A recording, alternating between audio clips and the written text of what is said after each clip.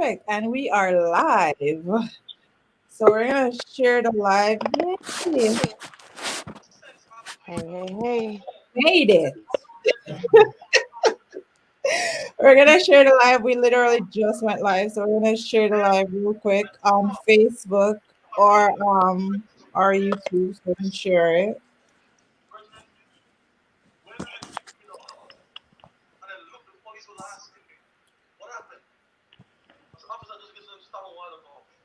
Perfect. Share it on the main page.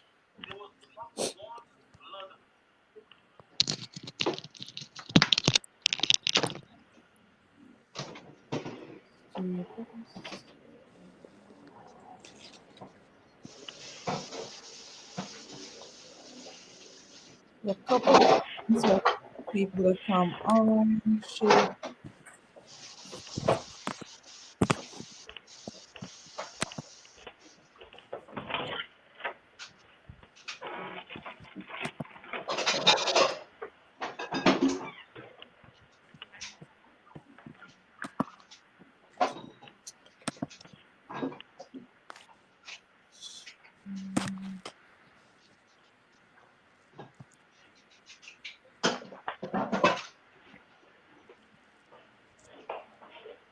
Share, share.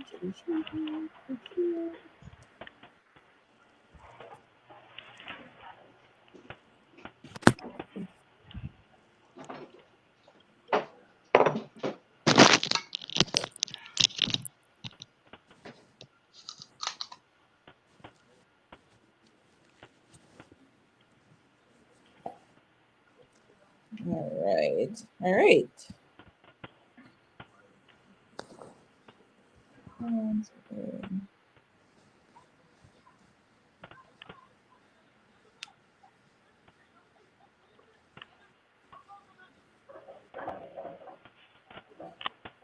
All right, perfect. So let's get started. So tonight we have a little bit of an interesting topic. Should a woman who dropped out? Should a woman propose to a man? Now I know we all have our individual views on this topic, but I want us to look at it objectively first before we get into our own personal opinions on this topic. So traditionally, from way back when, from since the start of time, it has always been the man that has pursued the female. It has always been the man that is working to earn um the female. They've been working to get their attention. If you see a female and you like the female, the onus is normally on the guy to approach the female and start up a conversation, get the phone number, take them on dates, and stuff like that. Traditionally, that's how it's been done. When it came on to marriage, it was always left up to the male to ask the question, you know, do you want to marry me? It has always been that way. So now we progress to 2020. Now we have a whole different set of generation that we're dealing with that don't believe in rules, that don't believe in tradition, um, that completely want to throw that whole aspect of tradition through the door. Like, if I want to do something, I do it when I want to do it, how I want to do it, and so on and so forth. Um, so let's talk about that first. Let's talk about traditional versus modern dating, so to speak. Before we get into who can propose and who can't propose and that, let's talk a little bit about the differences in dating from then to now. And we're gonna go ahead and go around the board. Is everybody on the board? I can't even see everybody. Um, yeah. No, I'm not seeing Shan. Oh, okay. Oh, hey, Marsha. Hey, we got a full room tonight. Yeah, so we're just getting started. So I'm just gonna go around the board and kind of talk about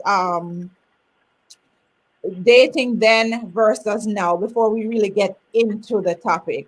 So I'm gonna start with Omar. Like, what is your opinion on dating back then versus dating right now? Oh my word. So, hi everyone. I'm not seeing the names. I'm not familiar with everyone here, but hello. Let me just say everyone. Um, Charlene, I don't think I'm the person to be talking about dating. I've been out of the dating game since 2007. Wow, that's 13 years, right? So maybe about the back then, I can talk about what I see. All right, let me see how I would be qualified to speak about dating now. Who's So coming? I live in Toronto, and what I do see is that it's a completely different world than what I'm used to. When I grew up in Jamaica, we went to UWI, and most of my dating would have been like the latter part of high school going into university. I actually found my wife at the end of the university. So I didn't do much dating there, right? Dating from like a courting perspective, getting to know somebody for the first time perspective, right? But based on what Mhm. I see now, it's a completely different game. I mean, like in Toronto, I know that a lot of people are using apps. They're using the Tinder and Match and all of these things. So I feel like observing those people who are doing that, I feel like a lot is being left to the algorithms and the technology to do the matchmaking. Based on the people who I've been interacting with, seeing them go out on the dates and whatnot, and a lot of the one the willingness to form long-term bonds.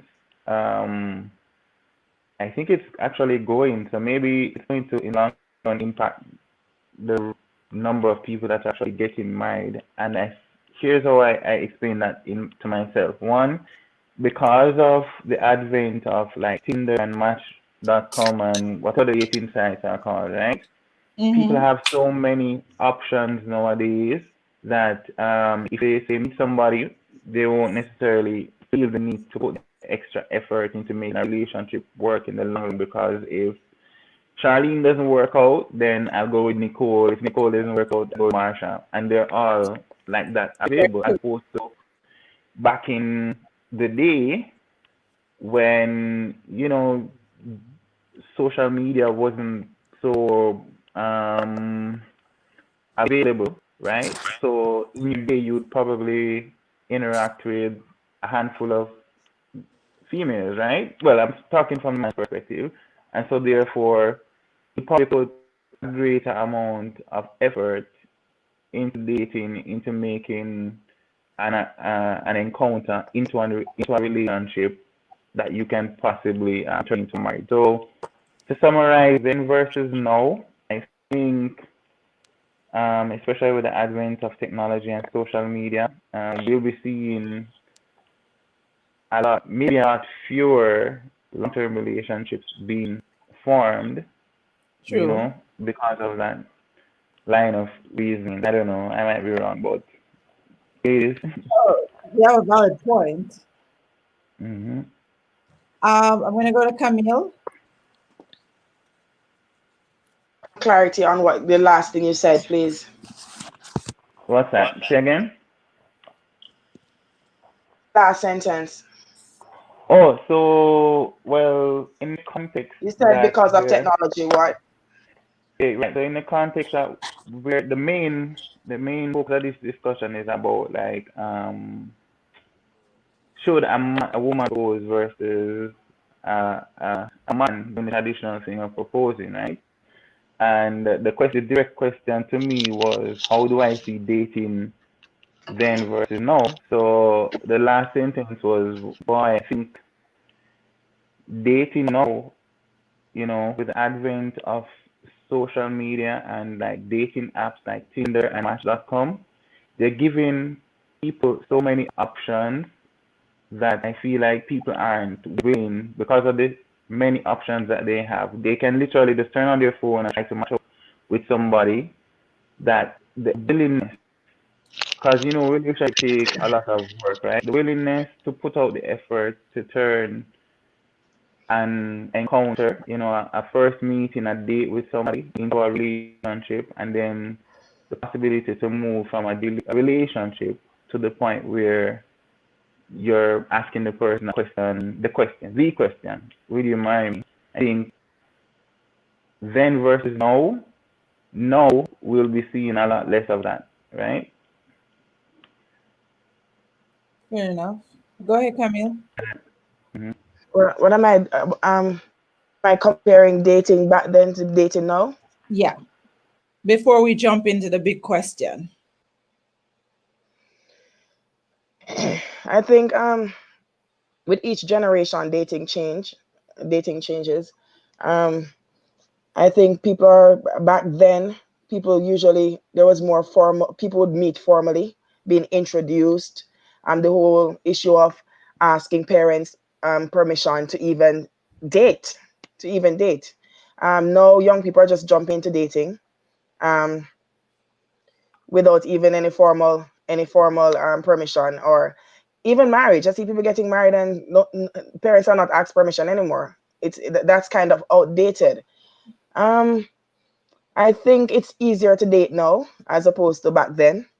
You remember back then when it was just cars and you probably have to take a taxi, go over to the next town to see each other.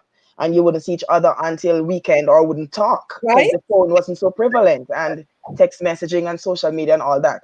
So you would see each other maybe on weekends or at the end of the month, right?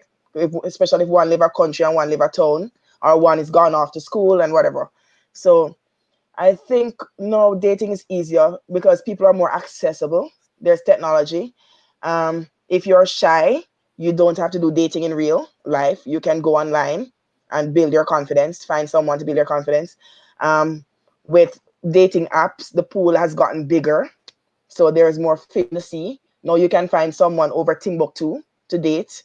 Um, I just think it's easier. So too is breaking up, but that's not the topic. Let's go. I like how you drop that one in there just like that. Shan, well, you can't really, well, Omar, your voice. tell me We're about not dating hearing you. now. Yeah, I was just gonna say I can't really speak about like back then and now, but I can speak about now. Yes. Like dating now is she said it's easier, but I feel like now it's like men are total different from when they were like back then. Men were like more so gentlemen, and now they're like boys. Men just want one thing now. I feel like that's their aim. So I don't know if I'd say it's easier, because I feel like back then, like men would be like, as you said, ask your parents, can I date your daughter, and be like, just ask them like to be in a relationship for their whole like daughter. Now it's like, oh yeah, we're dating, and like this is the real world, and we're just gonna see each other. I just feel like it's very complicated.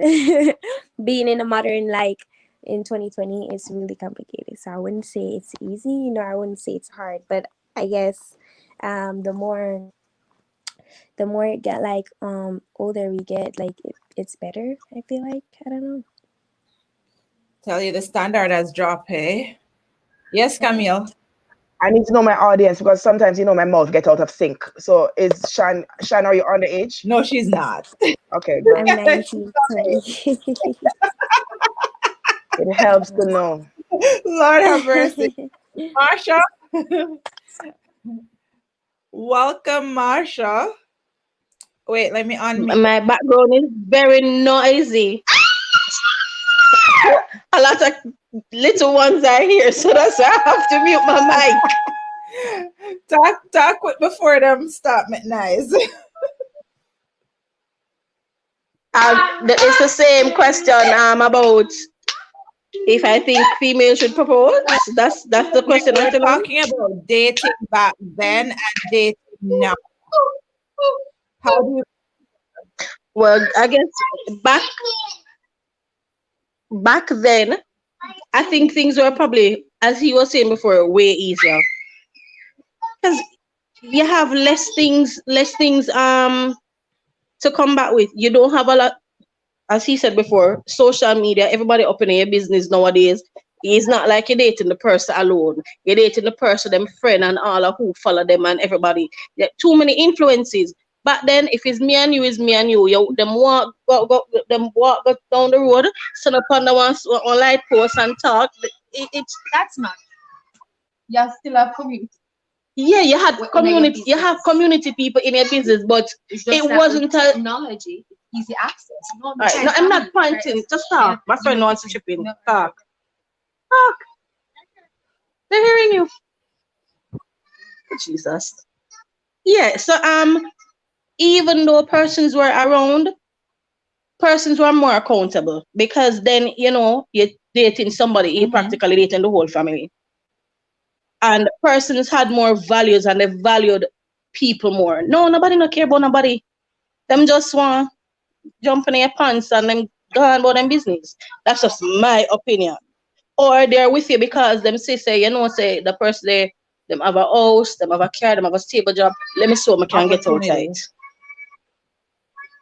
I People don't date for love and because they genuinely care about the person anymore. I don't think so. People just look to see how them can better themselves through this person. That's what I think. I agree with you. Nicole, wait, what did you say? My friend was saying that in a sense, people have forgotten the meaning of love. True, true, true, true. Nicole? Or getting to know the person, like, but nowadays it's like they date you because of what they see probably on social media, maybe because they like how you look or something like that. Like yesterday, my friend, she put up her parents are together for 38 years. Now, I'm like, the first thing I comment, I said, nowadays that's not happening because, like, there's no real emotion involved in relationships. Like, back then, you get to know the person, everything about them, while now it's just you like them because they look good, or as Marsha said, because they have something. So it's not what you have to offer, it's what you have in your pockets or how you Exactly. look. So nowadays it's not really about, being true. See, and based on that, because everybody pretty much had kind of like the same point. The differences between then and now, you know, back then relationship went at a, I think, at a slower pace. I feel like they went at a slower pace. The standard was higher, and back then men were proposing to women.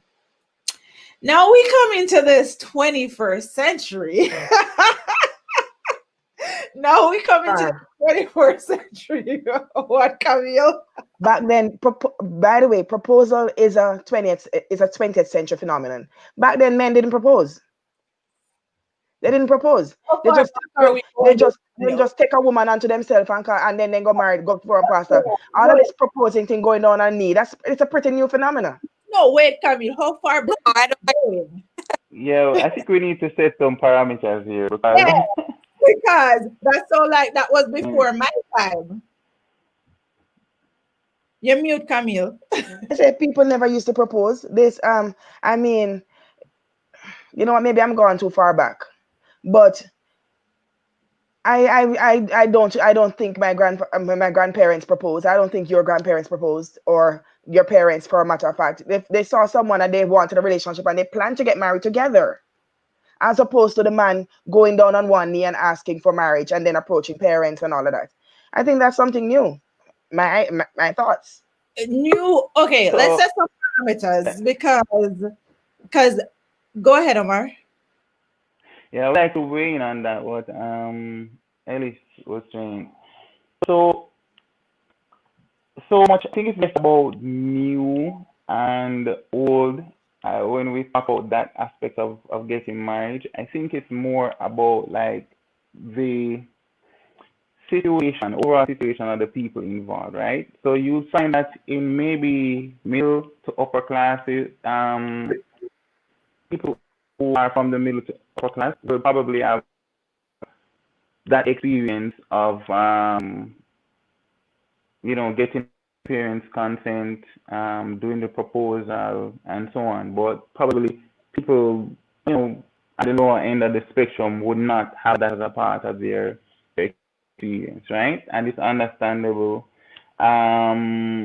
because if you examine institutional marriage, that the where it's coming from really is like that business arrangement to kind of putting a structure in place to make sure that the estates belonging to the two fathers, go where they want it to go, so to speak, right? So I guess the middle to upper income families would have more to make sure they're arranging, making arrangements for than the lower income families, right? So in terms of newness versus oldness, I think it probably has existed as long as the concept of the marriage has existed, but in terms of whether it is practiced or not, well, it has have something to do with the couple's status in life in terms of being poor or rich or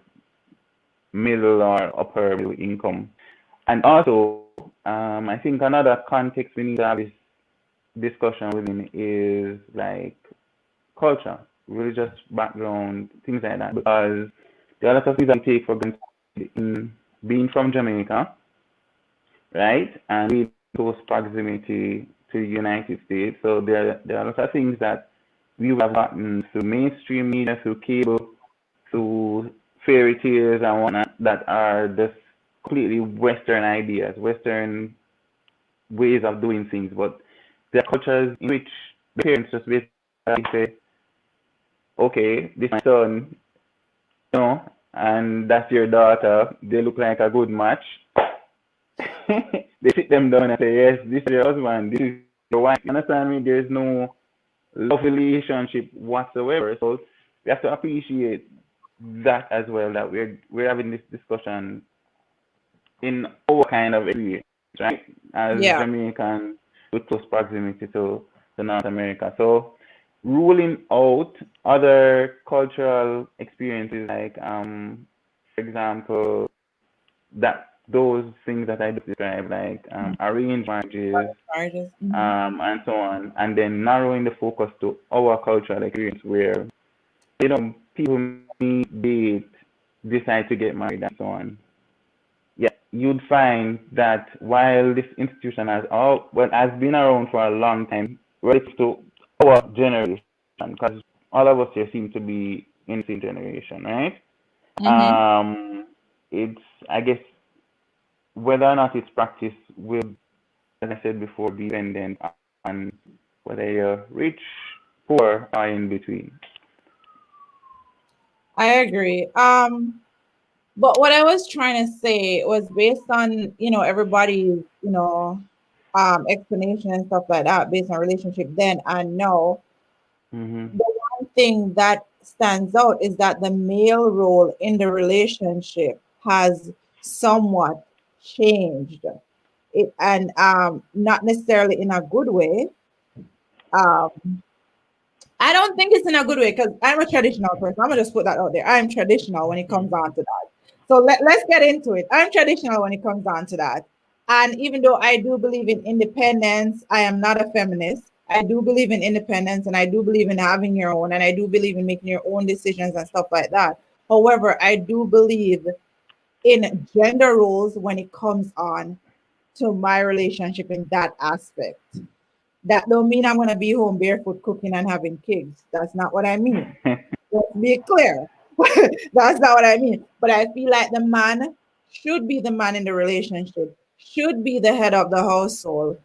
And if you want to marry me, you should go down on one knee and propose to me because I am not going to chase you.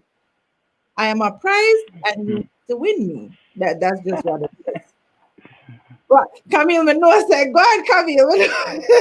Hey, hold on there. My friend is listening, and she said that if you believe in love, shouldn't you go forth and chase it? Oh, but I thought the two regardless of two of us gender. will believe in love though. So like, why should he as the masculine gender, why shouldn't he perform his role? And then tradition has given that role to him. Tradition from the end of time, from when Adam and Eve come all the way down. That's a man's job to pursue the female from back then. Coming ready for you, know, from back then. Yes. Come. So, Sarah, bear in mind, I'm happy that you said that tradition has given him that role. So I am saying now that if you choose to be chained by traditions and customs, it's fine. It's fine. But if a woman wants to be forward thinking and go down on one knee, that's also fine. But I think that creates an imbalance. I don't think so. I don't think so.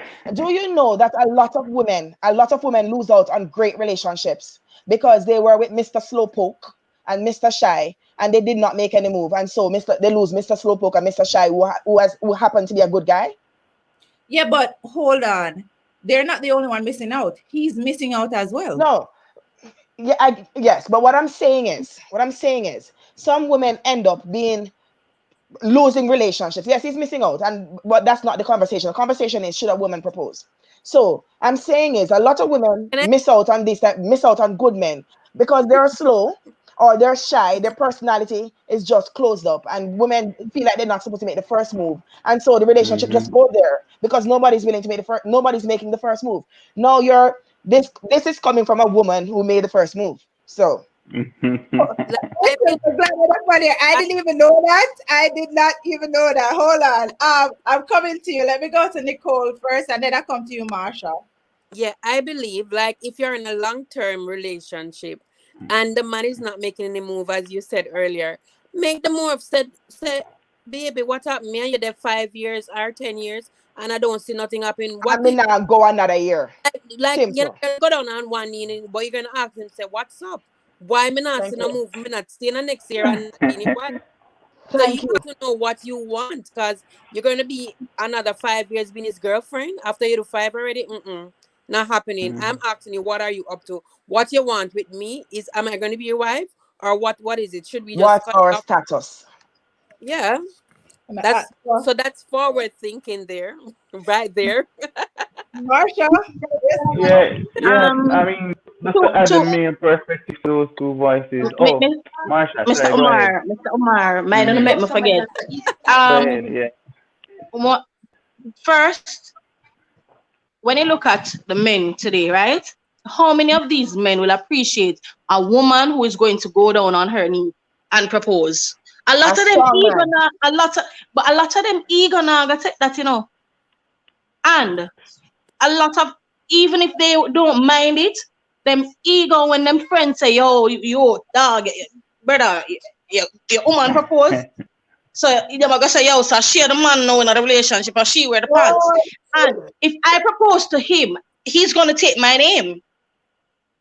Is he willing to take my name? When I propose to him, I am the one proposing this, is he gonna take my name? When a man proposes to you, who take who name? all right. When the man proposes to you, you take the man name. If if you're If in I'm Mexico, you proposing don't. to him, he's If gonna you're take in my Mexico, name. you don't.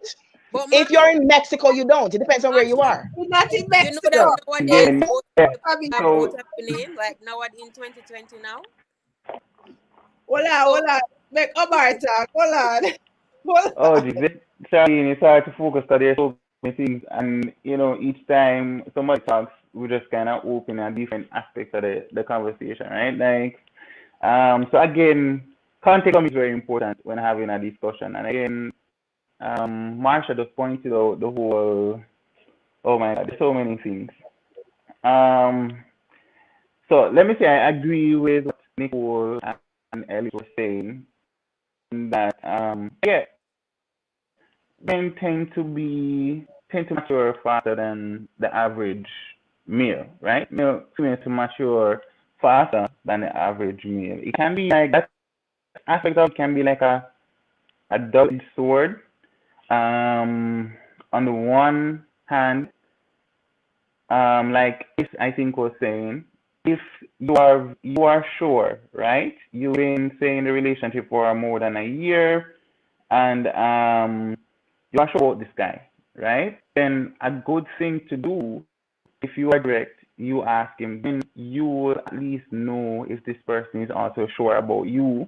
Number one, when I say it's a double-edged sword, is that number two is like if you're more mature than the guy is, which often will be the case, that might be a big turn off. And even though he might be a good prospect for marriage, like a year down the line, you being forward and putting it to him a year earlier might just scare him away, right?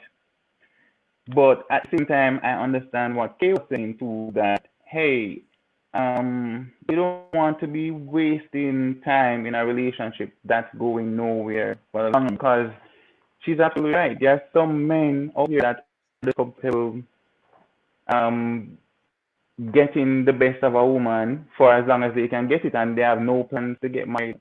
I know women that are in relationships for 10, 12, 13, 14 years, and there's no prospect of marriage because the man is just comfortable. She's doing everything that a wife would do, right? But Mhm. and he's okay with that, right? So unless she does the empowered thing, which is to go, hey, are we going to get married? Then she probably spend the rest of her life in a common law relationship. You understand me?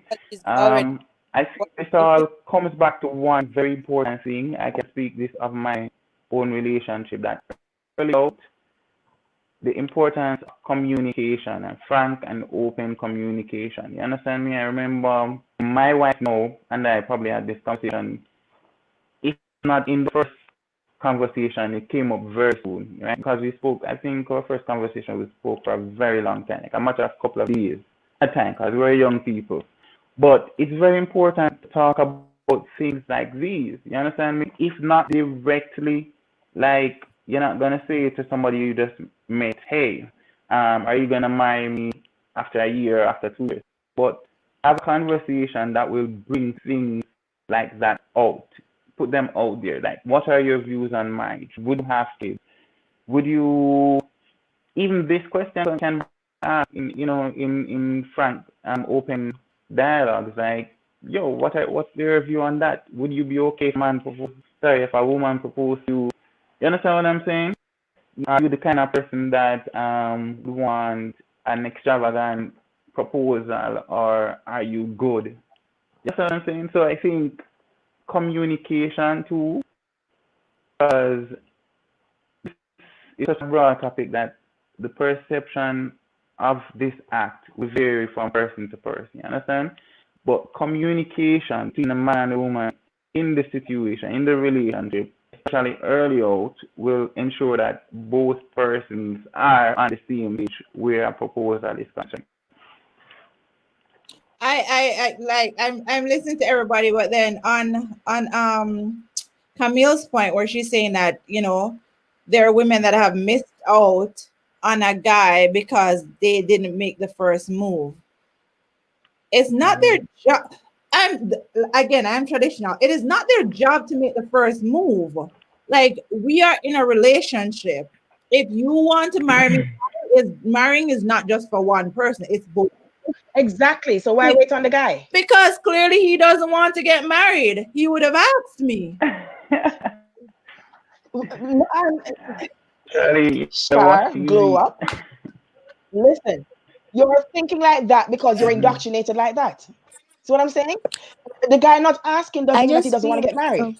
It could mean that he Maybe Oh means he's that he's yeah, we shy. can ready. talk about it. We can talk about that's Maybe he's where shy. communication comes Maybe he's in. shy. I That's where could communication agree with Charlene with the tradition thing because I feel like a man should play his role in the relationship and be the man in the relationship. Because if the female, as Marsha said, if the female goes on knees and propose, am I the man in the relationship now, or basically am I like, are you taking my last name? Because I just feel like taking my last it's like name. a 50-50 like thing. Like I agree with it totally.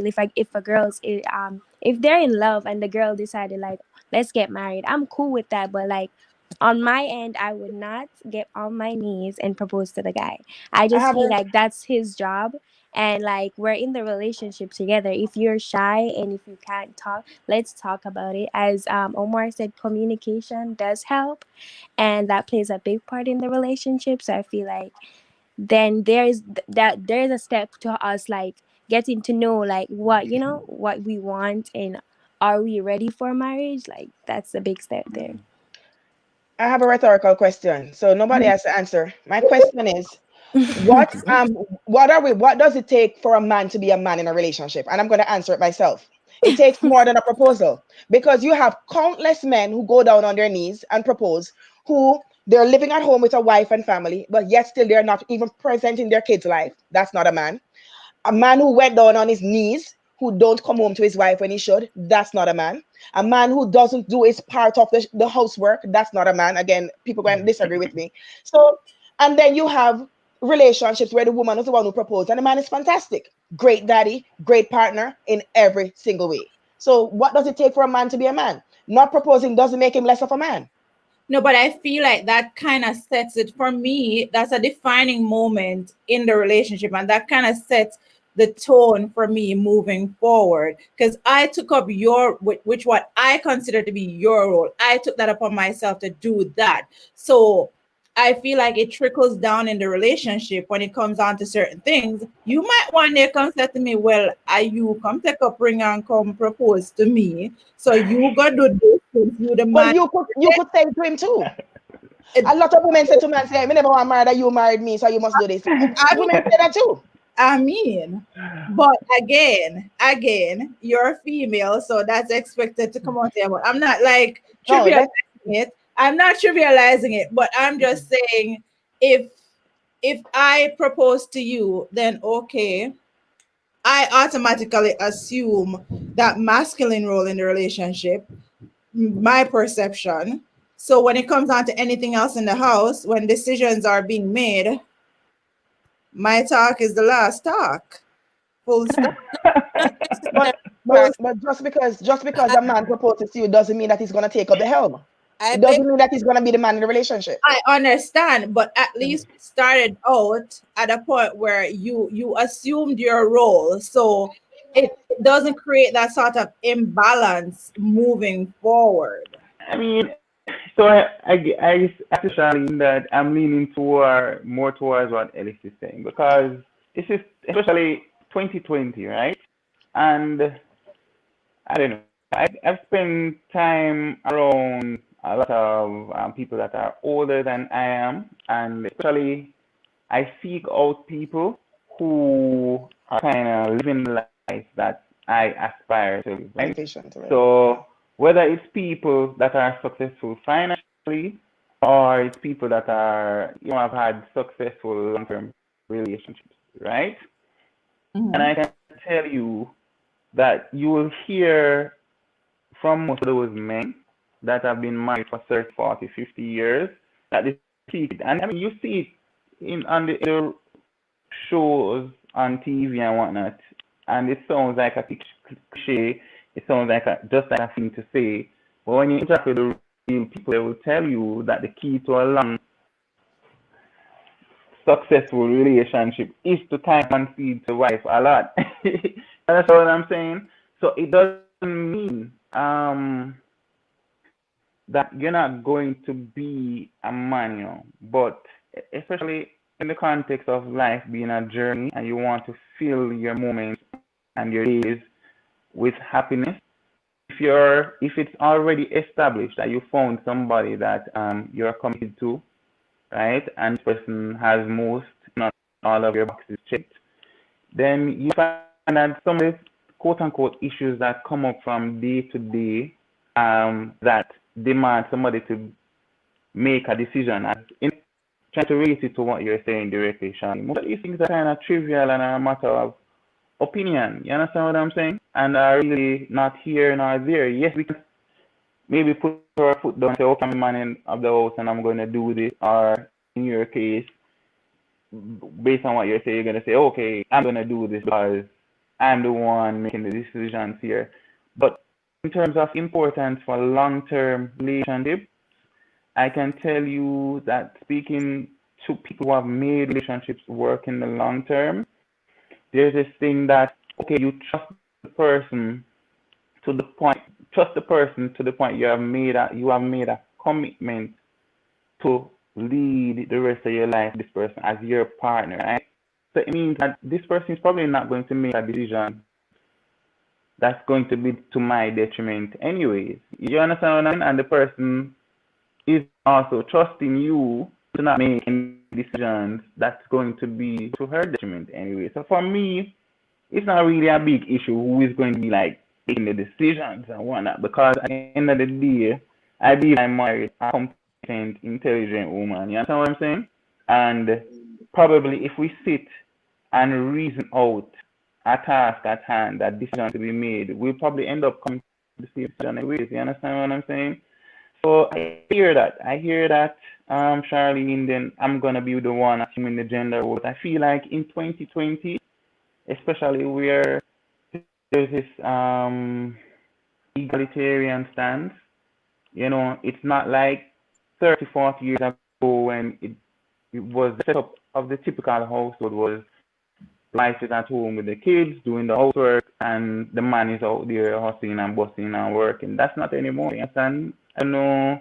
I mean, for some persons it still is that way, but typically you have dual income families nowadays where the women are working just like the men are. You understand what I'm saying? And so it is expected that, as Ellie said, the housework is gonna be shared. Um, you understand? Because it's not fair to Ellis to go out and be working, doing the same job as her husband, and then come home and be expected to just be cleaning, washing, cooking, doing everything while the man sits down and just be manly because he proposed, right? Everything is shared. So, I mean, it depends on the type of relationship and how your relationship evolved. As for me specifically, my relationship didn't really evolve that way. I was with my wife for 7 years before we finally got married, right? And I can identify In strongly that with what. case, she should have proposed. No man, hold on. Yeah, and that's what I'm going to get into now. I can identify strongly with what Ellis is saying because here was the thing. For a long time, I was conforming to that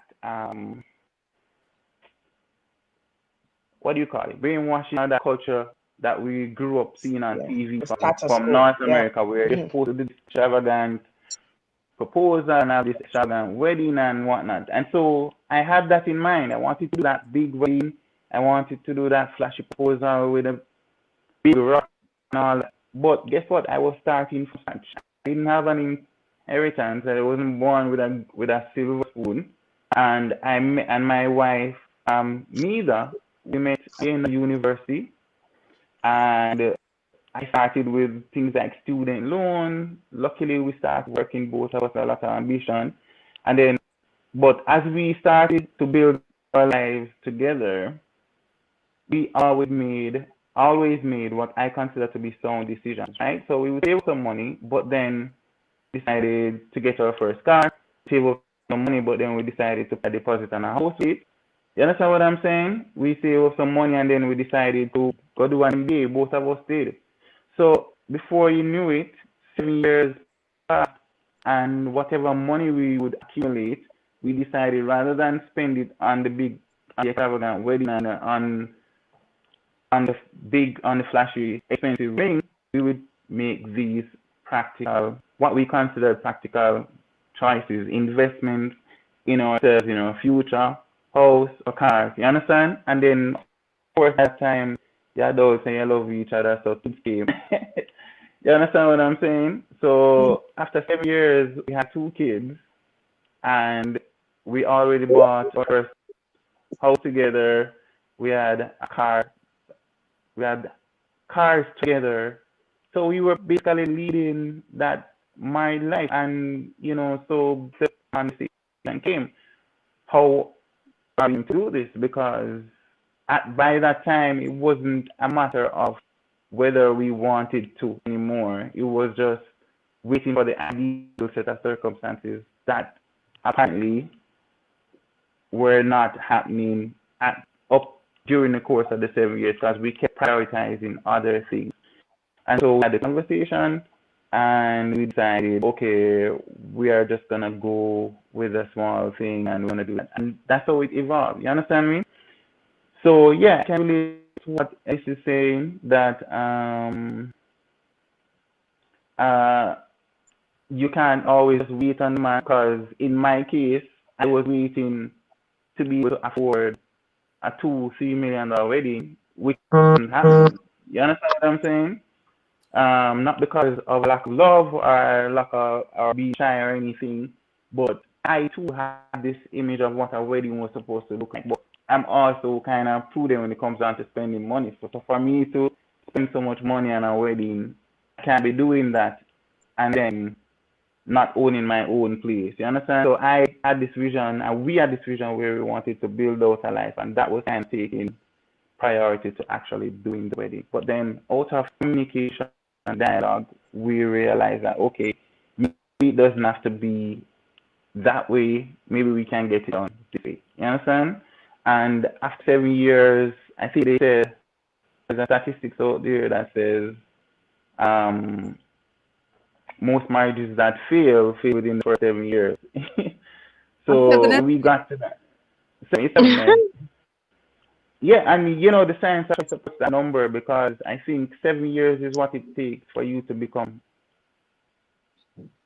a different person Acclimatized. biologically because every single cell in your body has changed over the course of 7 years. So you're literally two different persons than when you met after 7 years. So if 7 years pass and you feel like you can still tolerate this person, then there's a good chance that it can survive. So relationships evolve differently, I guess, depending on but your socio-economic situation. That's what I'm saying.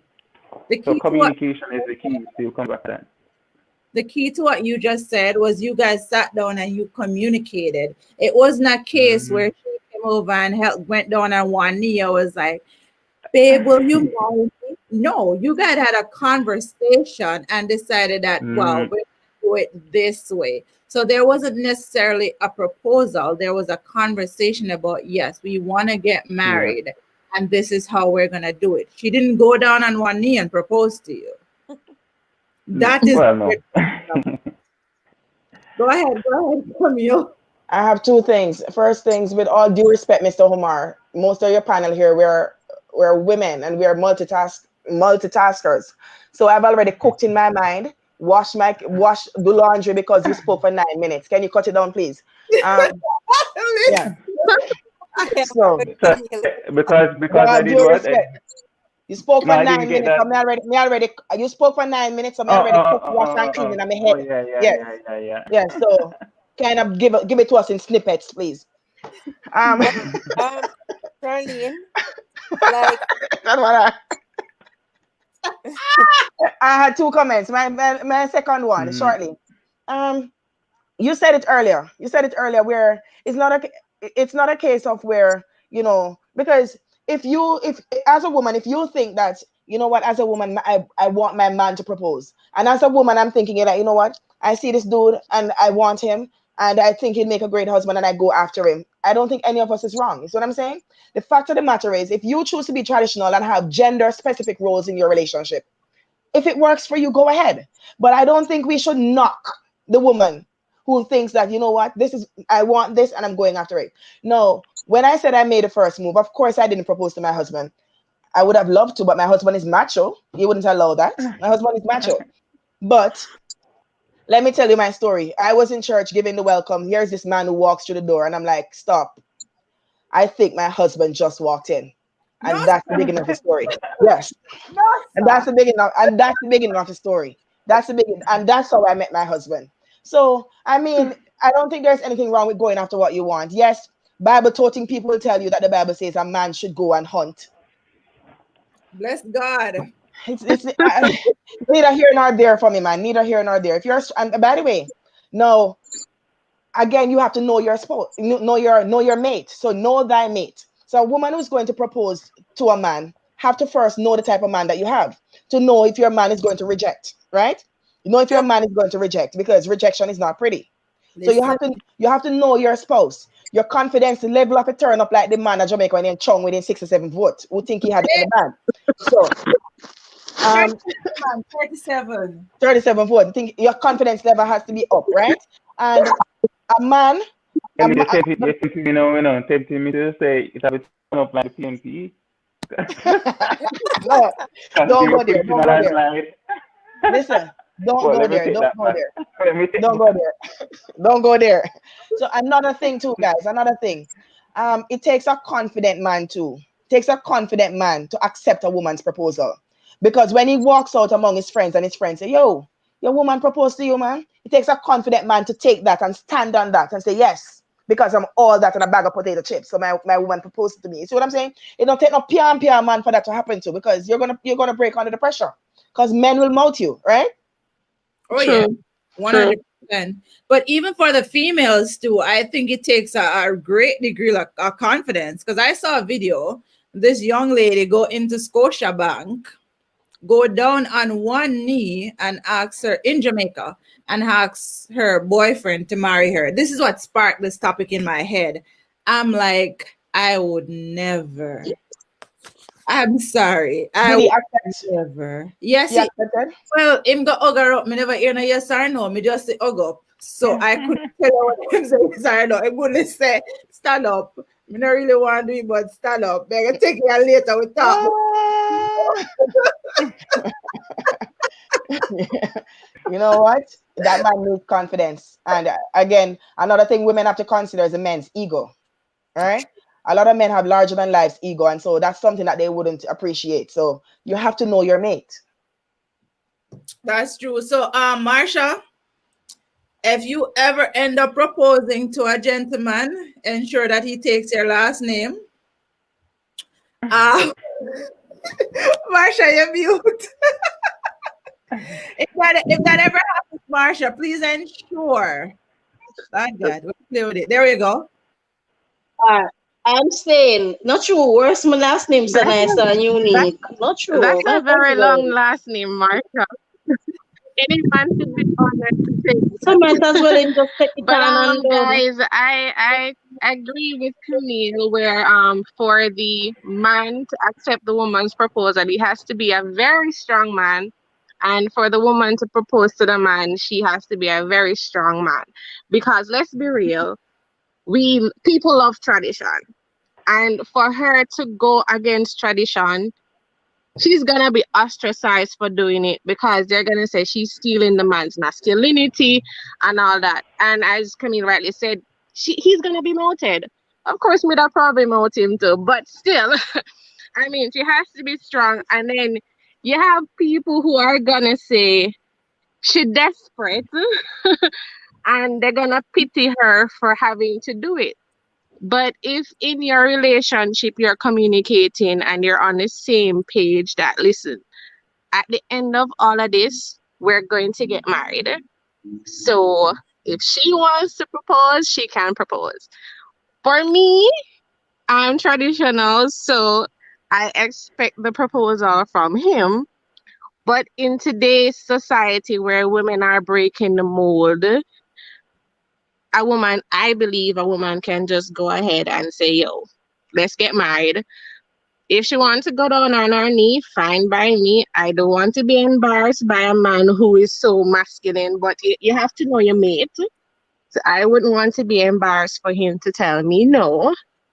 But again, people love tradition, and then you have some people who believe that men are entitled to this power and women shouldn't be assertive. So she should just sit down and wait for the man to propose to her. What if he doesn't propose? Are you just gonna be there? But some women are at fault in the sense that she wife up the man, so he's comfortable with everything you're doing because hey, you're already doing everything the wife should do. So Yeah, exactly what I why was should saying. I get married? you know? So that's my 2 cents on it. I am not going to do it, but if my other empowered female out there want to go ahead and do it, I support you. I'll be there in the crowd if you decide to do a big proposal. I'll be holding the camera for you. I'm not doing it. I am not. I'm not that confident. Girl, Listen, me like when they married people, them talk, you see? Is that right? do you notice? Do you notice over the years, even yeah, marriages have changed.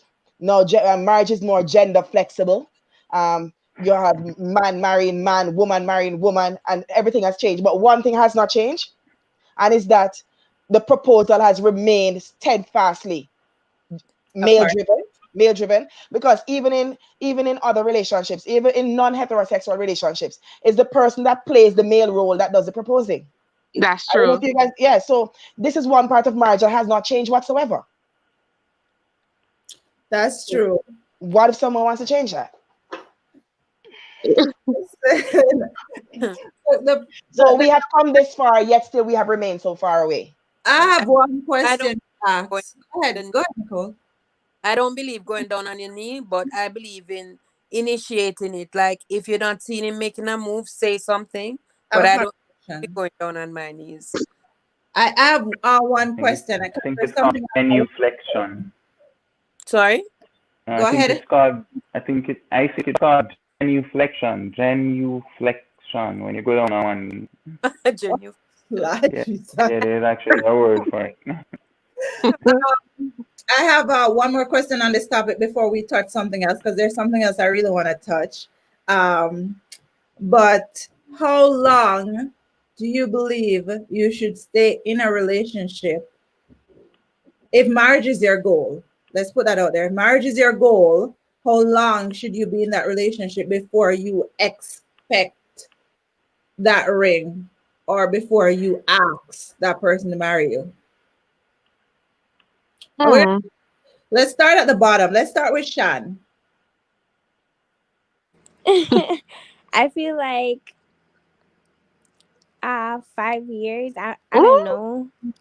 Because the longest I've talked to someone was 4 years. So I guess I could not say 4 years and not, I'm not married. Hi, So girl. You know what your life said? Miss your face. Shan, you Listen, guys heard what this 19-year-old just said? listen, So you've almost married your first boyfriend. Uh-uh. listen, Nicole, just by a little inch. Nicole, hold on. I would say 2 years because after 2 years, you should basically know everything about that person and know if you want them to be your husband or your wife, yes or no. Because all, all the qualities that But you're not this. looking for, that person should show it by 2 years. Because, like, you cannot know a person in 2 years. Like, it could take like 10 Yeah, years but Sweetie to I mean, really pie, get to I've know a been married for person. 12 So, years and I don't know my husband. I Black. feel, Honey, I feel that depends on proximity, though. Like, I mean, it's one thing to say you know somebody for 2 years. In that 2 years, how much time are you really spending with the person? You understand what I'm saying? So it's that supposed to depends on proximity. yeah. And then people do That's change true. over Kay, years. hold on. I think I'd say about 2 years because at that point in the relationship, I mean, if marriage is the end goal, you would already be working up to that form of stability. So I mean, you'll never know a person no matter how long you know them before, because true. you still get to know each other every day in marriage because situations happen that you weren't exposed to pre-marriage, pre-relationship. So I'd say 2 years because you already know we're gonna do this thing. Camille?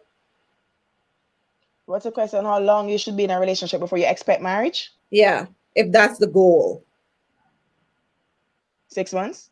But Yo, Camille. Yes. No, no, no, listen up. I'm not saying a marriage proposal. Not saying a marriage proposal. But if we're in a relationship for 6 months, we should be talking some longevity there. We should be talking some longevity. If I'm in a relationship with you for 6 months and we're not talking about anything futuristic, You're wasting my time. Yep. That's You're true. simply wasting my time. Yeah, No, yeah. it depends too. It depends too on how your age, where you are in life, how experienced you are in the field. Because if I'm 39 years old, I'm not gonna be sitting there with no man for 3 years. That's Listen, not talking marriage. No, I'm not doing it because I've already passed through maybe 4 or 5 relationships or whatever amount of relationships you pass through. I know by now what I want in a man, and if I see it at the 6 month mark, and you ask me to marry you, I'm gonna marry you. and at that point, you're not afraid of any like Yeah, something little heartbreak or something you've been through. exactly. Go see you take the risk and just run with it. Yep. No, true that. True that. All right. I Oh mean, my so God, 7 years ago. yeah, I went for 7 years, and but the thing is, Charlie, like I said before, 7 years, but we moved in together January, and we met in April. So yeah, so we moved in like maybe six, For 8 months after we became boyfriend and girlfriend for the first time. So and then like I said before, 7 years to get married. So I know people. I remember my sister was in a 10-year relationship before she got married. So I don't know.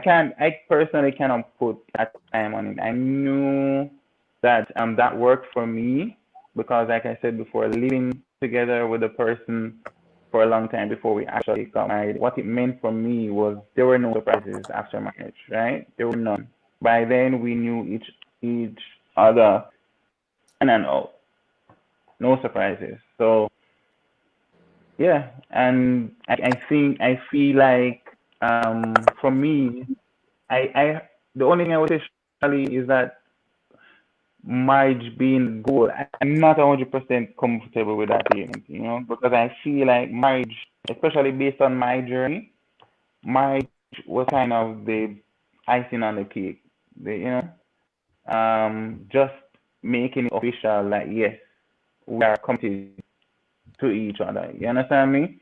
So marriage for us was just like a small step in a long journey, on a long journey. You understand me?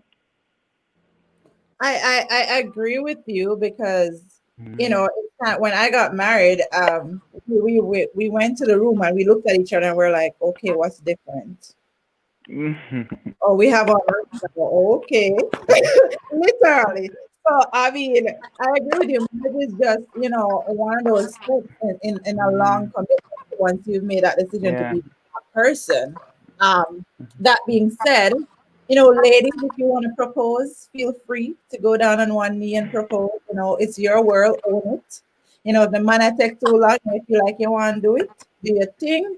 If you're traditional like me, you put a time limit on it. If we together for 2 years and something and you're not making any sense about marriage, I'm sorry, deuces, we're done. Because me not propose to you. So that's where that is at. You're not dropping any hints, Huh? and you're not dropping any Oh hints. God. No, well, in 2 years, like I would have already been saying, listen, you're not gonna just what I'm saying, you can't why buy milk if you get the cold for free or some crap like that.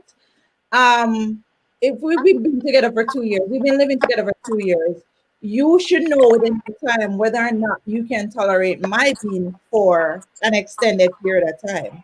You've seen some of my habits, you've seen, some of the bad things, because not everything is good. You've seen some things that, might irk you or whatever, but you know whether or not you can live with it or not. I would have seen things in you and, if I don't like them, can I live with them? 2 years, I think, is enough time to tell you whether or not you want to go the distance with me or not. I just want to point out something. It might open up a can of worms, but if you're with someone exclusively for 2 years, you're no longer dating. True. True. You are no longer dating, because Exactly. dating means you're getting to know, and you would have probably be seeing having dinner with this guy this week, having dinner with someone next week, and that's dating. So if you're with someone exclusively for 2 years, and the question of marriage or kids, anything futuristic is not being discussed or talked about, you're wasting your time. 2 years of 100%. 2 years of exclusivity is you're wasting your time because True. you would have dated and got to know each other, and then there comes this period of exclusivity. Why should I be exclusive with you for 2 years and nothing coming forth? Exactly. What may I Ex- get to say? But Camille, Mm. some man they getting the wife benefits, they're not gonna want to put no ring on And it. and that is why we tell young people, Yeah, say if you like listen, a ring on it. because if they're getting the cow for free, they're not going to buy the milk. It's just stupid. See what I'm Exactly. saying? So, Yeah, the first time that, I spoke, I think those words came up, like, because I know guys and how they think. If they're just, if they're comfortable in relationship, they're getting everything from you as a woman that they would get from a wife, then some of them won't have that incentive to do anything. You understand but, what I'm saying? So if you, as a woman, my advice to any woman who finds themselves in that situation, then that's when you need to be proactive and say, okay, you understand me? Where are we going with this? Because you have every right at that point in time, whatever that point in time is for you, to then ask of this person what and what if, I like to split justice, what if he's giving and what if you're getting everything from him that you should be getting from a husband? So why are we not married? Exactly. Ever you're hear already some married practically. I like think, is it you ever 3 or 5 years, Charlene? Does anyone know that after three or Um, 5 years, I, common law, you're common common law? law. Yeah, Yes, so you 5 years, have your common law. law, you're so common if law. you're with So a let's see for a time, In and then all Jamaica, of a 5 years, sudden, your common law. after a now, certain amount of time, you're common law. So I if you're mean, in a and relationship, yeah, and yeah, if, like I said, like in that same vein of thought, that yes, there are a lot of men who would just simply get comfortable and not be inclined to make the next step. So at that point, it is I think the onus does go to the woman to say, okay, do you respect me enough to formally to make this formal? I agree. Go, Camille. Conversation play a very big part because some of Mm-hmm. us women, men, we enter into relationships with men and with men or with women, and we expect marriage when in fact we're together with someone who doesn't have marriage as a part of their philosophy. Some of Yeah. them truly don't want to get married, or they don't think marriage is necessary. So from the get-go, from the minute you're getting serious, you're like, boss, or whatever, however you want to put the conversation. Is marriage something that you would agree to? Do you believe in marriage? That's conversation. But we take it for granted that we're dating a man and the man wants to get married.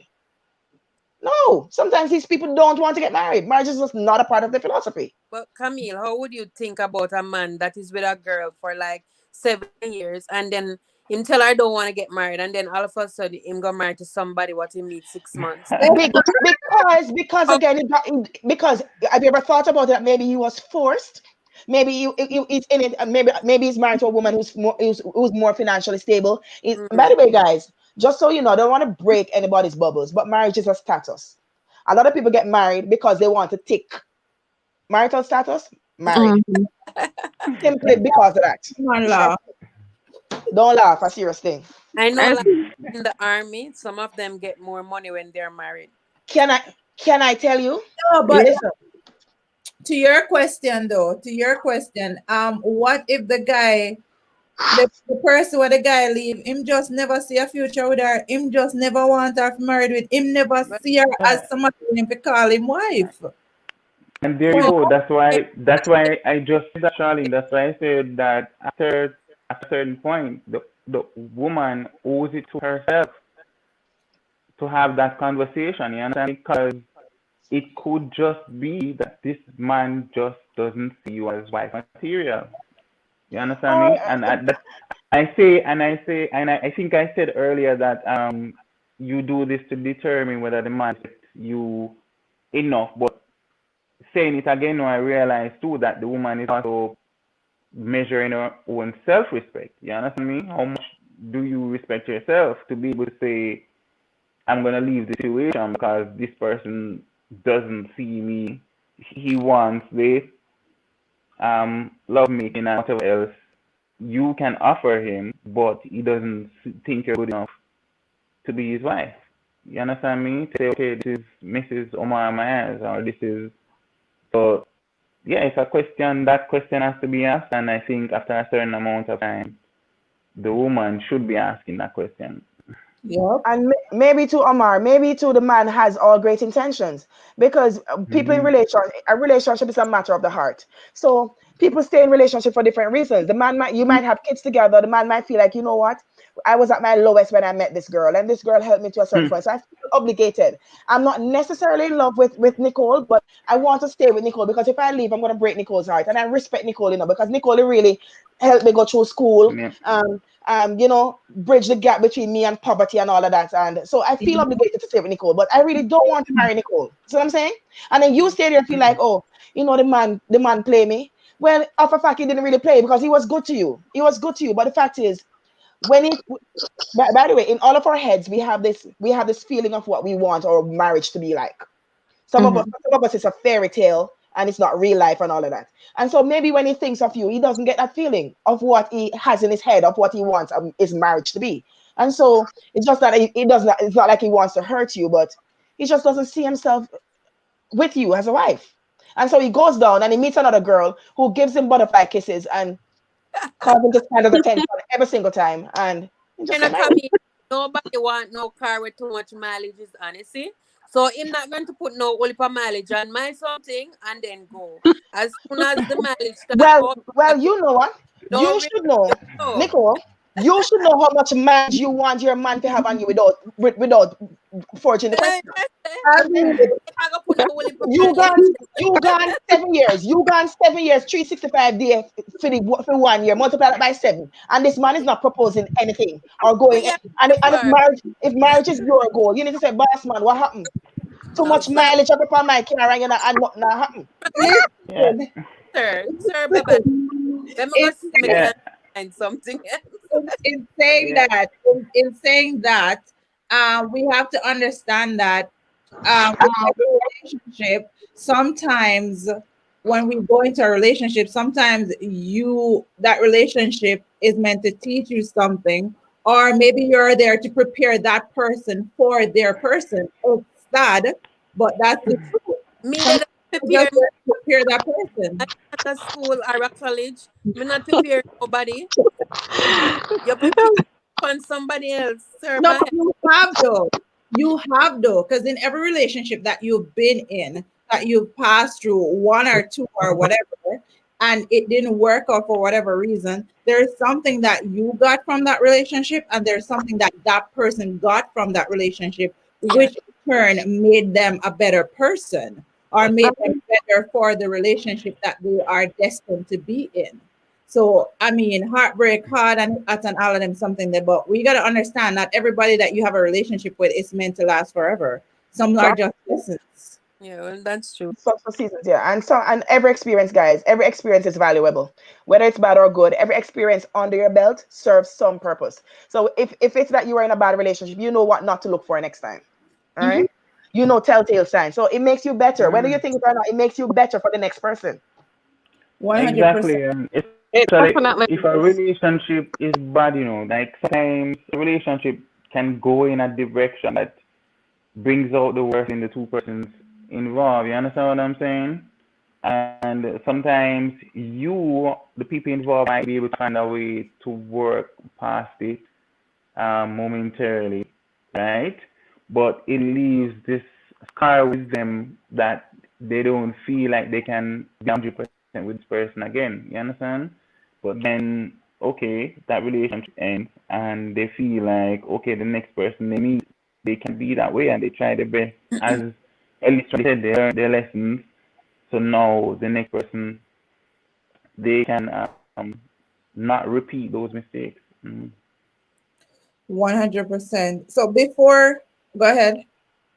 Sometimes, Charlene, we're in relationships, and we get many telltale signs. We get many telltale signs, and we allow them to slip. And several times we come up on a way, we come up on an exit, and it's like driving on a highway. We come up on an exit, and we know from earth to heaven that we should take that exit out of that relationship. Back in the printer, please. We know we should take that exit out of that relationship, but kids get involved, and you think about the kids. You think about obligations, you think about ties that you have together, assets and all of that, and you don't take the exit. And then you find out that you should have taken that exit 2, 3 years into the relationship because you know from earth to heaven that it's not going anywhere. And those 2, 3 years turn into 23 years, like a friend I have. And at 23 years, you see the exit again, and you just know I have to take this exit out of this relationship. And you do it. And what does the public say? Man, in leaving wife or in leaving husband after 23 years. It just never did work out. But you refuse to exit because maybe you want to try. You want Mm. to give it a second chance, but you And can't raise a dead dog. listen, and on that note, before we go, because I cannot end this live, is there anything else that anybody wants to add on this topic before I introduce what I'm about to introduce? We're all good? So we can't end this live tonight without acknowledging what has happened in Jamaica. Camille, hold it, Camille, hold it. So I have my opinions on it, and I really wanted to have a short conversation, about this. So the Jamaica Labour Party won. See the labor right down there, so Nicole. In a Bro, degree, Labor right. no God win. Um, my feelings about it though, I don't consider it a win. Mainly because of the voter turnout. He was the majority of the minority. Um, I do applaud the Jamaica Labour Party for the people that they put in front of the poll, though. I applaud them for getting young people and getting rid of some of the dinosaurs that are in there and yeah. having, fresh people, fresh ideas and all that in there. I applaud them for that because I didn't know half of the people what them put up, which is great because I'm sick and tired of the other people. Um, but it's sad because it tells me that 37% was the voter turnout. And, that was a decline from, I think, 44 or something like that in 2016. So over the years, over every election, for a while now, there has been a steady decline in voter turnout. That says to me that people, they no longer have hope. They no longer believe in the political system. They no longer believe in the people that they're putting up to represent us. Because if they did, they would have come out to vote. We can't blame it on Corona because that's not it. Because we were declining before Corona, so we can't blame it on Corona. So, and when it comes down to the People's National Party, I mean, I agree with Jamaica. I don't think Peter Phillips should lead the country 100%. I do not agree with that. And, they have not made any changes to show us that they are going in a different direction. So, I mean, me agree. Don't vote them in 100% until them wake up. We can't vote them in until them But change certain things. We can't vote them in. Go ahead, Peter, Nicole. Peter stepped down, but who is the next person who is going to take up the mantle? Like, not until the PNP have somebody younger in place who can give people a future of what the PNP is going to look like, they'll never win. Exactly. And that was my thing about it. And I saw it and labor rights are celebrating and stuff. And I'm like, there's nothing to celebrate. It is sad because when you cannot get 50% of the population that are able to vote to come out to the poll to say, yes, I am confident in you to run the country, that is sad. That means that we as a people, we're losing it. We not care no more. We're not business. Like that. That's my thought on it. But congrats, by the way. What you say? Making a Huh? list of the things I should mention. Number six. She has a Well, Um. so you have a. Okay, so I'm done. First things first. First things first. I've never voted, guys. Never. I've never had the opportunity to vote. Every time vote come around, either I'm ineligible, or I'm not in Jamaica. So I've never voted. However, I'm 39 years old. For most of my Mhm. life, let me give you a backdrop though. I don't know if you know that Jamaica's had 9 prime ministers. Nine. The Right Honorable Andrew Michael Holness is our ninth prime minister. So of all the 9 prime ministers, three of them have been PMP. So Jamaicans actually have had more JLP administration than PMP administration. It's 6-3, right?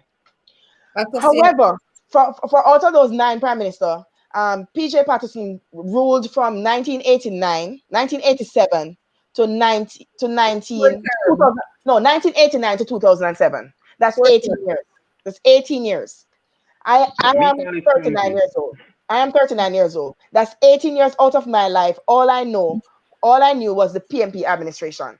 No, it hasn't left a good taste in my mouth. And that is why if I was supposed to vote, I would just vote for the mere fact that I wanted change. Right? That's why I would vote, because most of my life was governed by PMP and I don't have a good taste in my mouth. However, though, there are some lessons to learn from this election. Great lessons. You said there was low voter turnout. I'm gonna disagree with you to say that COVID didn't affect it somewhat. I think COVID affected it somewhat. But mostly though, I think people are just tired and they were unhappy with their leader. They're unhappy with their leader and they weren't going to vouch for him. If you remember the election, the debate between Lisa Hanna team and the rest of, they didn't mention their leader once. But No, if you guys are playing a game and you can't, and your playmate Mr. Peter Phillips, you haven't even mentioned him once, or you chose him last. He was the last one to get picked for the game. Nobody's gonna have any regard for him, right? So I think they blundered there. They didn't show any regard for their leader, and so the people weren't motivated. Number one of the lessons that we can learn is that power intoxicates, guys, and it doesn't matter. It doesn't matter who you are, you're not immune to power. Power has a way of intoxicating you. And this is what happened to Honorable Peter Phillips. So he had the power, and even though he wasn't too well, 100, he said he's well, but he's not 100% well. Plus, he's getting up in age. So he has lost some stamina. But he had this power, and he was so inebriated, he didn't put the party in front of himself. He elevated himself ahead of the people. And so I think that's one of the reasons why they lost so terribly, because nobody wanted him. Number two, again, I'm going to repeat myself. We could learn some confidence from that Chung guy. He had 37 votes and he said he thought he had it in the bag. So no, we could learn some confidence from that. Number three, women. I am so happy and I laud the JLP. I think PMP did it too, but not to this extent, where the JLP had so many women candidates. It is testament to the fact that women are truly the movers and shakers of society. And I don't know if you see how these women came out like wrecking balls. oh They yeah, they Yeah, came they're out, out. they were on fire. They were on fire. And I just admire the passion that they have. And I'm so inspired by these women. Like, you know what? It says something, because gone are the days when women were pushed behind in politics. And when you look in politics or the house meet and you look and it's all men in jacket suits and whatever. No, you're gonna see women faces, and it says something. It says that the nation is going somewhere because of a fact. Women are movers and shakers. Next thing, um, one of the candidates I knew personally, Mr. Robert Miller, is my classmate. We played dominoes together. I'm so happy. So you remember back in the days when you look in Parliament or you look at these people, there were people you see on TV. There weren't people that you know. So Mm-hmm. to actually see people that you know, and it seems that the ladies were popular. People knew them. I see my common friends on Facebook taking pictures with them. They went to school together and whatever. So the camaraderie that this did, this put in the party, these young people, and they were on social media all over. You see those people that you know. It says something to me. I feel like, you know what, if one of us can get there into these high echelons of society, it's a good look. It means that we're progressing.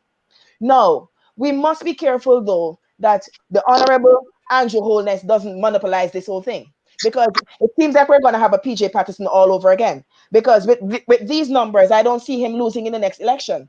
And before you know it, he's gonna go 4 or 5 terms. And guess what? The power is gonna get to his head, because that's what power does. And then you we're gonna have a replay of PJ Patterson, and that's what we don't want. I don't. These numbers are nothing to be excited about, though. I know, but I mean, if voter turnout is declining, if you see the trend, voter turnouts are declining. It therefore means that maybe it's not going to improve, and we're going to still have the decline, and people are still going to be unhappy, because you know what? PMP need to get their act together. A house that is divided against itself cannot stand, and they're super duper divided. Absolutely.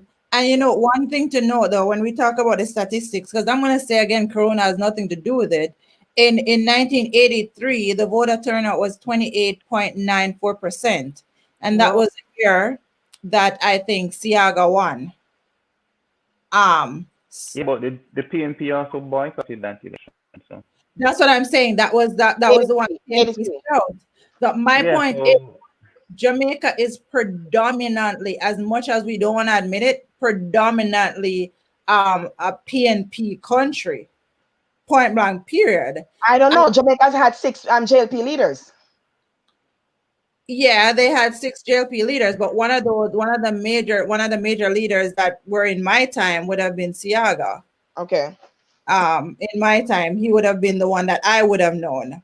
Mm-hmm. Growing up in my time, and then of course there was Bruce with his You're stint. all bad. Um, Tough and nice girl.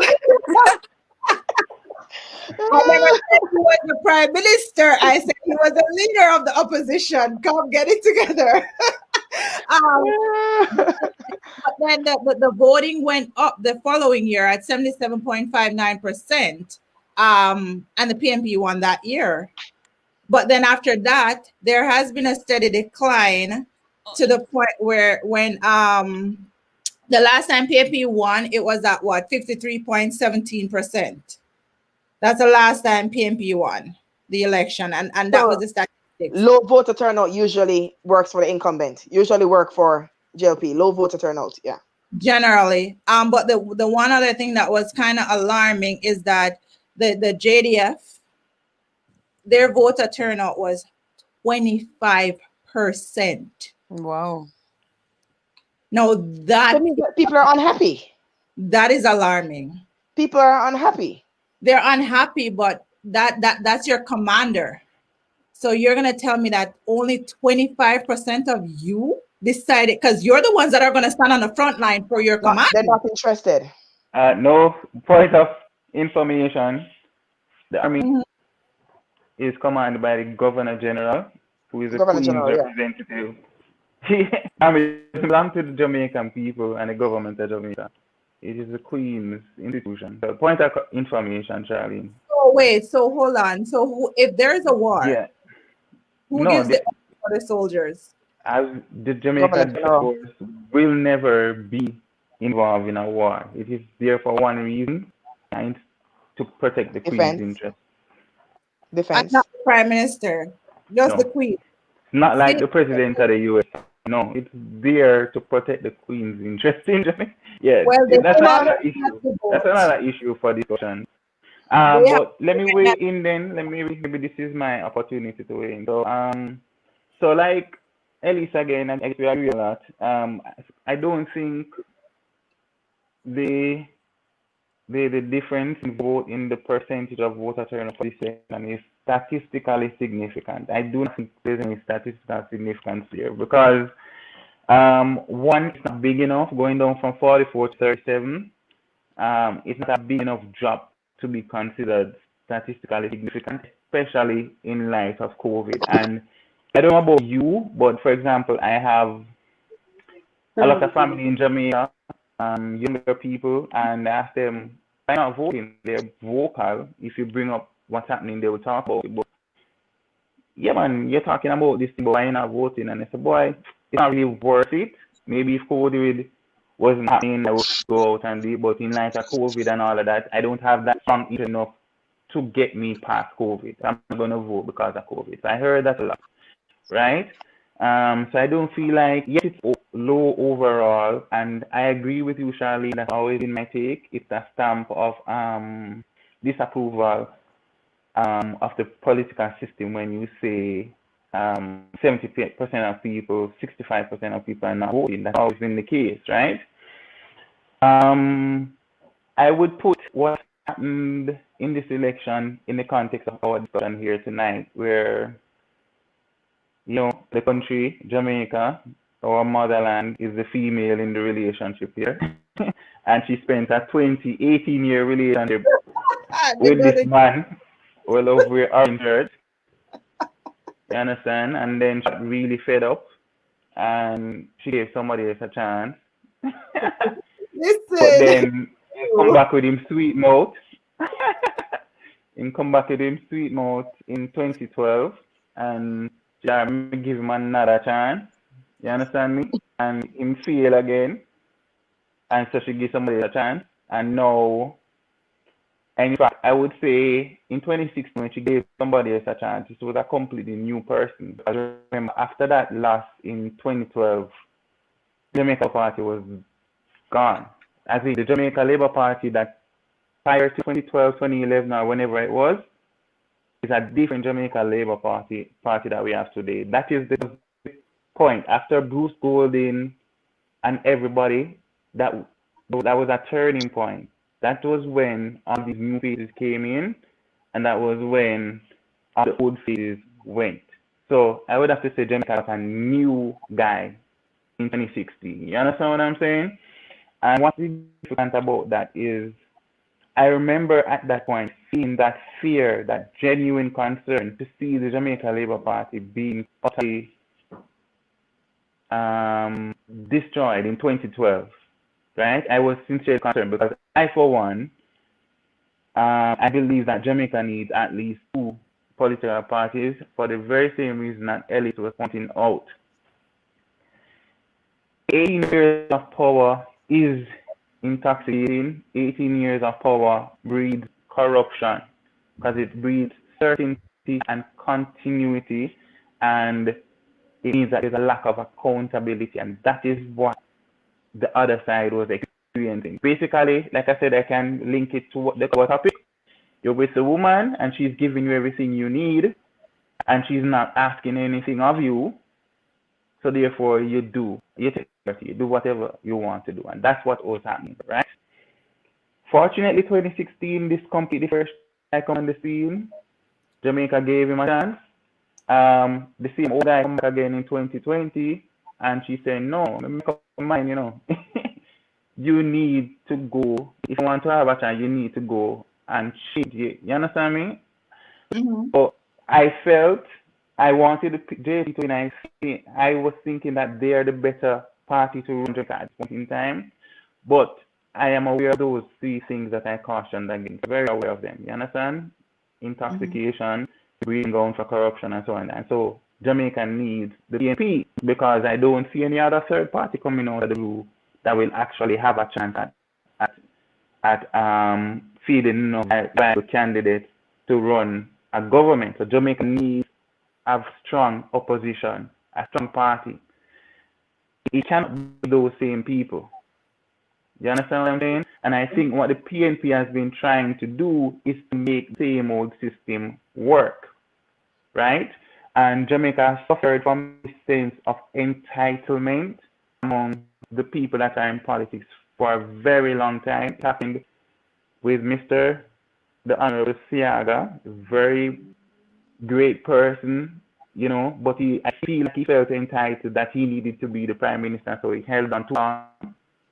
You understand what I'm saying? I think it happened with poor Miller, that sense of entitlement. I'm a party star, I need to be here, so she held on to. You understand me? The same thing we see now with Peter Phillips, where I think at one point he was the young upcoming politician with all the ideas in the PNP, so his strong sense of entitlement that he needed to be the prime minister. And therefore, all these people in this system were putting their own self-interest. I need to have this ahead of what is actually best for the country. Now, I was hopeful because seeing the result 49 to 14, I think it was, I was taken aback. I wanted the JP to win, but I was taken aback for that. By that result, for various reasons. One, as I said before, Jamaica needs the PNP to be strong. You understand me? And when you have the party hierarchy in the PNP saying on the morning of the election that they're going to win by a landslide. And when I say hierarchy, it includes the young people who, in my mind, are the future of that party, like Damian, Chris Jim. You understand? They were confident that they were going to get a landslide, and then it was a landslide in the other direction. You know what? To me, these people are different from reality, and that's a big concern. You understand what I'm saying?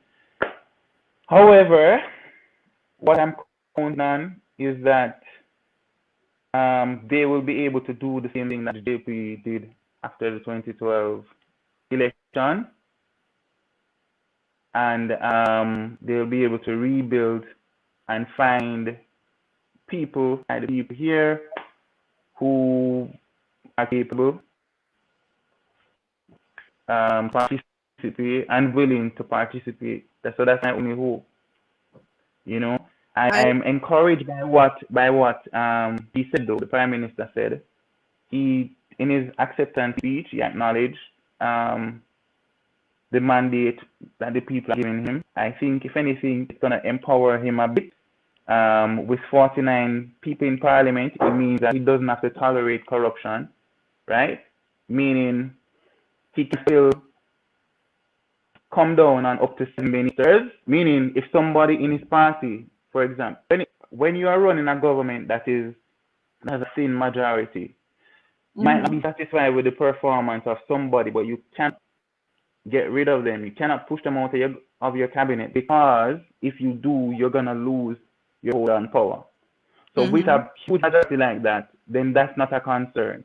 So Okay. we have to now trust him to be an upright person. He now has the power to get rid of corruption because he can get rid of up to 7 people from his cabinet, you understand? And Mhm. still maintain the majority to carry on government. So a lot rests on Mr. Andrew Holness.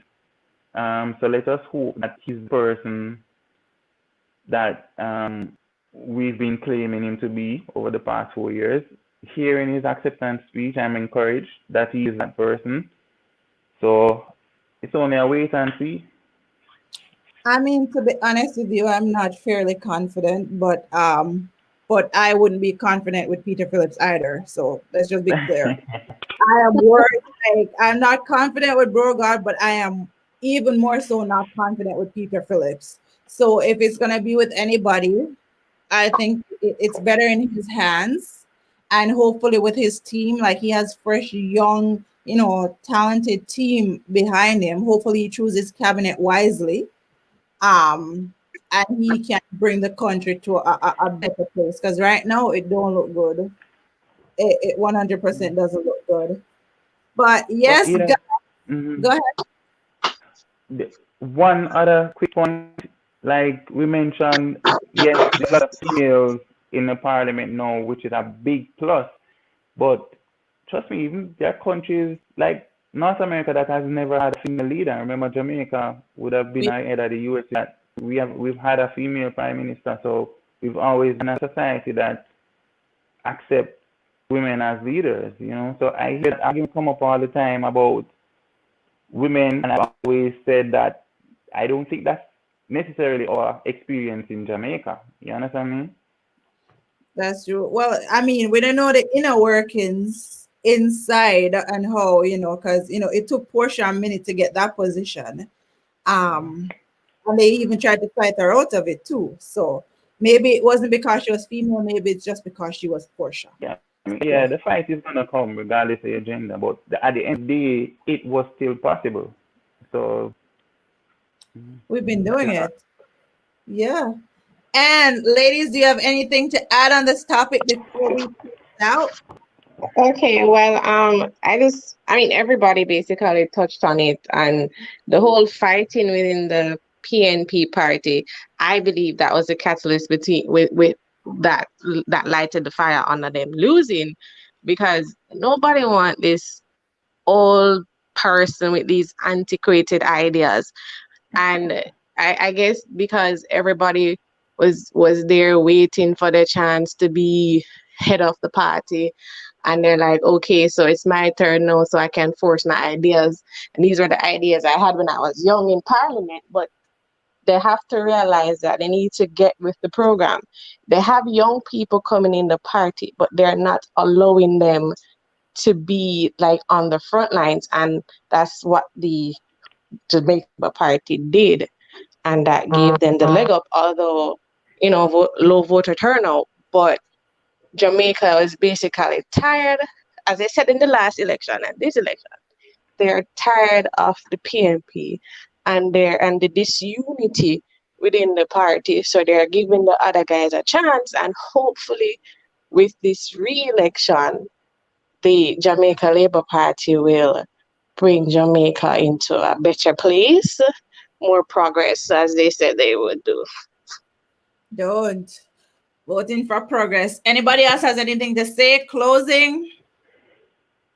All good? You know, liberate shirt over this and I'm saying I ring a bell. Shower. Bring, bring back from the third pot cover and beer things. No, I Shower, grew up shower. into a PNP. So right now my family them supposed to have bun me up. But like no one wants a party that is this united to lead a country. Because what's gonna happen when they go in parliament? I agree. Like everybody have fight for position in the PNP party. So the only option I is agree. I agree. Andrew. So you have I to agree. And I mean, fence. the PMP showed that, like, I mean, they weren't confident in their leader anyway, so they didn't vote. Pretty much what it is. Do you have anything to add, Nope. Shan? I just feel like Andrew is working, so, from what I've seen. So like I wasn't even in politics, but like I feel like Andrew's working. So once Andrew's working, like The he bro guy would get gets the my vote. vote. Like honestly, You like know, all this the name tea. come out. Yeah. I'm gonna end with a song. You know, one of the song from the campaign. Them one of the baddest song from the camp. Wait, what are we when me and the losing teeth? The one where they Well, come I'm out and say, not. bad Well, man, I'm not. out, Let me play the song now. Play the song. Play him out. Boy, oh boy. My God. Charlene, Bunty you look up like you and need comfy. one show to discuss this. Him probably You know. still a stunt right now. It's like you need a whole show to discuss this. Trust me, there's Eh? so things. You need a Come show to again? discuss this. And You you need know a what? show to discuss this topic. In Omar, right now, Bunting So supposed to I still a stunt. do. I do. Oh I think boy. I want to do. I think I'm gonna do another live. Actually talking about it and kind of breaking it down a little bit. God, I love Yeah. Um, it. yeah, with a couple of people that are very like like yourself that are extremely like into politics. Like we kind of like look on politics in a different light and stuff. So yeah, I'm working on it because I definitely want to talk about it because it's really sad to me. Like it's really sad to me. So Well, I can probably get someone that is high up in the PNPYO who, I mean, although his party lost, he can be very objective. So let me know and I'll give you yeah, a link with him. absolutely. We're going to check the schedules Yeah. and get that sometime next week because it would be good to have somebody that's actually in here and have a conversation with them. That would Well, be I would actually like cool. to be a part of that discussion. Hey, listen. But guys, thank you guys for coming on tonight. Omar, I'll be in touch about that one. And Kay. Hmm. Thank you guys for coming on. It was a good talk. Ladies, propose if you want to. Leave if you need to. Take a knee. Just brush out the knee when you get If up. you're not Uh, proposing, have the talk. exactly. If you don't want to propose, have a conversation. Um, yeah, and congrats to Brogan again. Big up yourself. Me- Hopefully, you take the country into a better place. That we are now. Yeah, and thanks to all our listeners for listening in. Subscribe, like, share to our YouTube channel, Housewives of Alberta, and see you guys next week for another interesting conversation. All right. Bye. Bye.